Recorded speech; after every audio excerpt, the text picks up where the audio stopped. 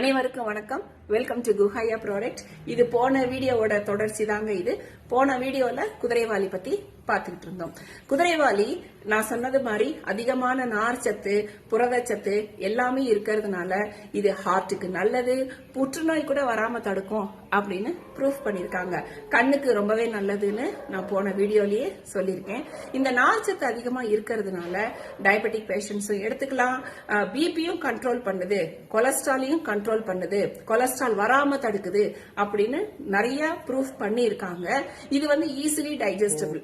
அதனால செரிமானம் நல்லா இருந்ததுன்னா மலச்சிக்கல் அப்படிங்கிறது வரவே வராது, கிடையவே கிடையாது.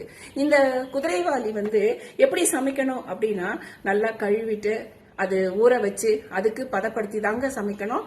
இது கண்டிப்பா 7 மாச குழந்தையில இருந்து கூட கஞ்சியா பண்ணி இன்ட்ரடியூஸ் பண்ணலாம். இதுல கஞ்சி பண்ணலாம், இட்லி தோசை பண்ணலாம், அடை பண்ணலாம், பொங்கல் பண்ணலாம், நிறைய ரெசிபிஸ் இருக்குங்க.